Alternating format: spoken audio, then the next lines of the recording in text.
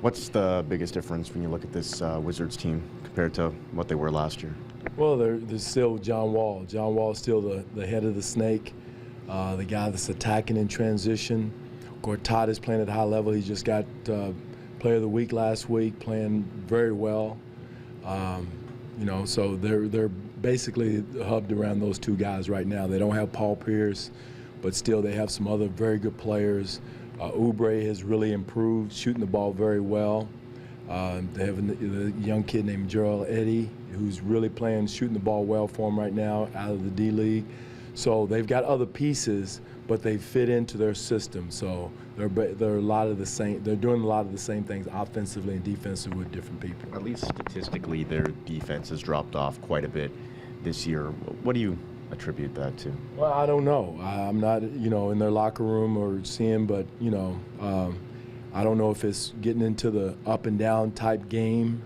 When you do that, when you try to play fast, something gives, and it's normally, I'm not saying it's their issue, but normally when you play that way, your defense suffers.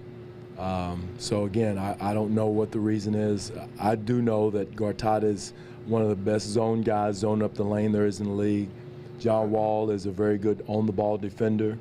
So I don't see the slippage probably as much as the numbers say they are.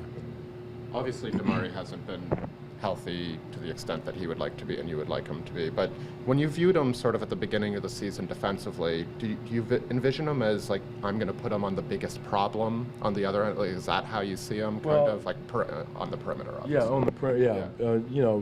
Like, could he guard a guy like John Wall if that was the issue? No, I didn't. We didn't look at him as guarding. Yeah. That's one reason why we brought Corey and Kyle is in that position.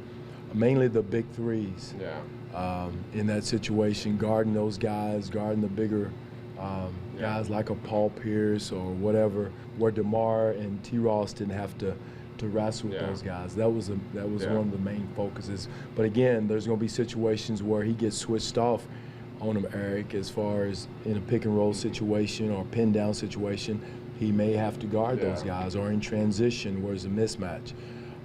So there's going to be situations where he has to guard them, and he should have the ability to do that. Would that be, like, if it were, like, I'm thinking in terms of a playoff series or something, and it became like a problem where a point guard was slicing you up, would you ever consider, like, putting him on that? All cards on the table in those situations.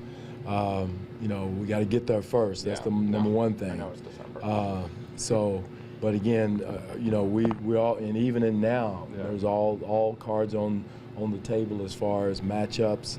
If something is hurting us, I don't think we've always tried to think out of the box a little bit in those situations. So we would do that. DeMar has been on a pretty nice run here over the last 2-3 weeks. Do you think he's done enough to put himself at least in the conversation over the next week or so for Player of the Month? No question. Player of the Month, All-Star, he and Kyle both put themselves in a position to be All-Star candidates and on the All-Star team. They're playing at a very high level, both of them on both ends of the floor. And DeMar's playing probably some of the most efficient basketball he's played since he's been here. And Kyle has been Kyle. Kyle is, he hadn't shot the ball extremely well in a few games. I think he's got that back now, but he's playing as far as a quarterback, running the team, seeing situations, defending, playing with tremendous amount of energy on both ends of the floor. He's playing as well as he's played since he's been here. What do you attribute DeMar's efficiency to? I'm not sure. Other guys making plays, I think is some of it. He's seeing the game. The game is slowed down for him. He doesn't get hurried up as much as he used to in the first couple of years we were here. Double teams doesn't bother him as much as it used to. He's playing through hits. He's playing through fouls. He gets to the free throw line a lot, but there's a lot of other times he gets bumped and hit where he doesn't get the call, and he's playing through that now where before he didn't. So there's a lot of variables that go into that, Josh, and but he's playing at a much higher level than he's played before. How will you remember 2015?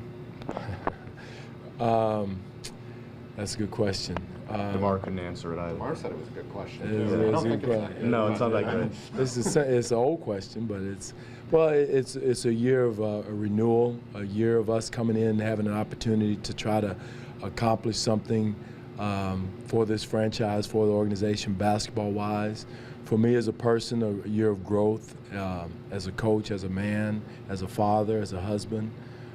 So there's a lot of things and so many things to be thankful of, Josh, outside of basketball. I know we get excited about this. This is our job. All of us are here because of basketball.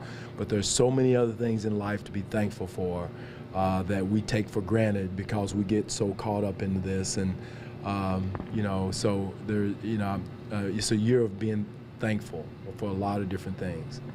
Okay, that was the right answer. Does that help you? That was a good answer. Well played, That's sir. true. No, that's true, man.